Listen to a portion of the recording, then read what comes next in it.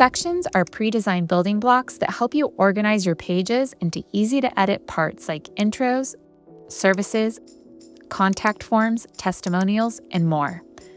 Once you've added your sections, here's how to make them work together beautifully. Alternate layouts as you go. Try flipping the location of your image and text using the section layout controls in the left sidebar. This guides your visitor's eye naturally down the page instead of everything feeling repetitive. You can switch up section background colors as well to add visual contrast. For example, you could go from light to a bold color, then back to light again. This creates natural breaks that help people process your content.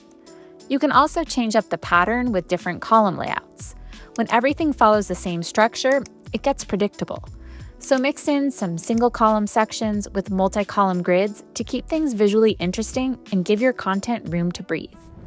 With all the editing options in the left sidebar, you can take any section from our library and customize its layout until it feels just right for your content.